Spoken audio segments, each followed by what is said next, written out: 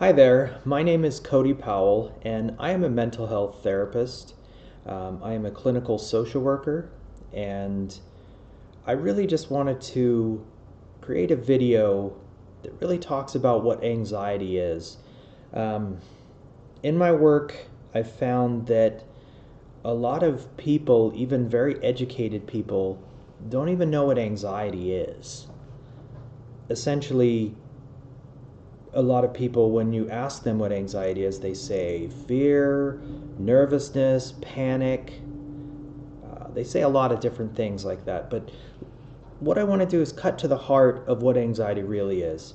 So, why do we want to talk about anxiety? Well, it's a problem. So, it can cause significant problems in areas of life like social interactions, work life, family. Um, all of these things really affect us. So, also, anxiety really it really affects us physically. It can cause us to have muscle tension, digestive disorders, and it can really suppress the immune system as well.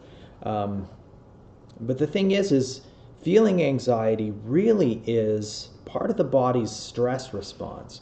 Now, what is the stress response? Okay, that's what we're going to get to. But for this video, we want to determine what is normal and what's actually a problem. Despite what you've heard, anxiety is actually normal. It's a normal experience that everyone can have. So, a lot of things in life can cause us anxiety. So, we could have school and work and relationships and traffic and whatever, right? So, we can feel this discomfort. So, I like to call that stress when it's something we're dealing with. Stress is pressure. Stress is something that's coming at us, right? So, it's normal to even feel fear or brief panic when we're faced with threat. Now, anxiety really becomes a problem when the intensity of the experience overwhelms a person's ability to cope. So, in other words, down here you have no stress, right? And then you've got stress, things you're dealing with, pressure, work, relationships, kids that you're taking care of, the traffic I talked about. And then something pushes you up above. And then you hit anxiety, and you might even hit panic up here, right? So, anxiety is when the intensity of the experience overwhelms your ability to cope. In other words, your coping skills aren't able to keep up with the stress that's coming at you. Problem anxiety, is usually chronic.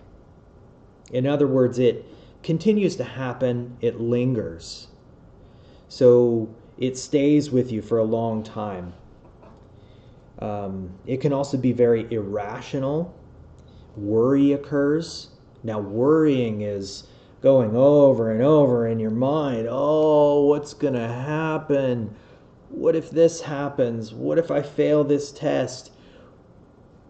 What if I lose my job? What if this person leaves me in my life? What if there's a school shooting? What if? So, we can see that this worry really isn't helpful.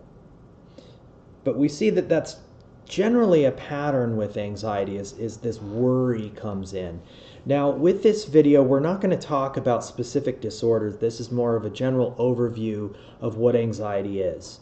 So, the biggest thing is that anxiety really affects your quality of life. And anxiety is a big problem for a lot of people. So, let's talk about the difference between fear and anxiety, because there really is a difference. Fear is that which is happening in the moment. It is that which is real, and it's dangerous. Okay? This is someone has a gun, or a terrorist attack, or a lion in the woods, a bear's coming at you, a traffic accident, someone swerves in front of you, you're like, ooh. Like, for instance, I was on the road yesterday and someone got hit by a truck. You better believe I was feeling fear, and I was, heaviness in my chest. I couldn't breathe. I was, right? So you get all those sensations that come with what they call the stress response, the fear response. Now, fear keeps us alive in dangerous situations. We need it. We need this nervous system response to keep us alive when something dangerous is happening. Now, what happens with anxiety is that anxiety is not present moment. Anxiety is anticipation of threat in the future. Essentially, when we're saying, what if this happens? What if that happens? It is a thought in the mind. It is a response within the nervous system to say, oh no, this could happen. So it's future-based. So those are the differences. Fear is present, it's real, and it's dangerous.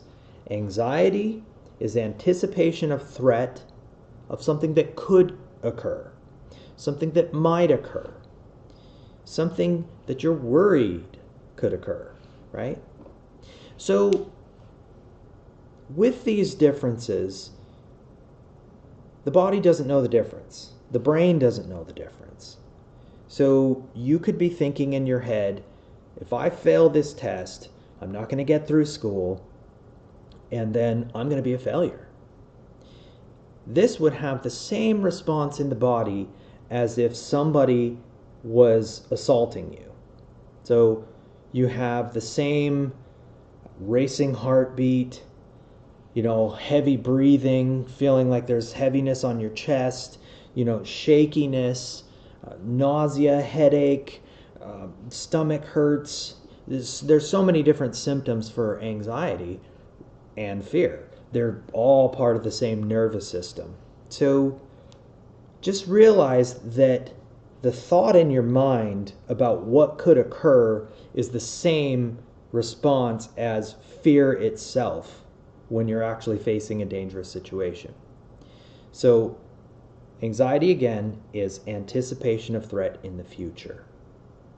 So what's the purpose of anxiety? Well, it's the same thing as fear.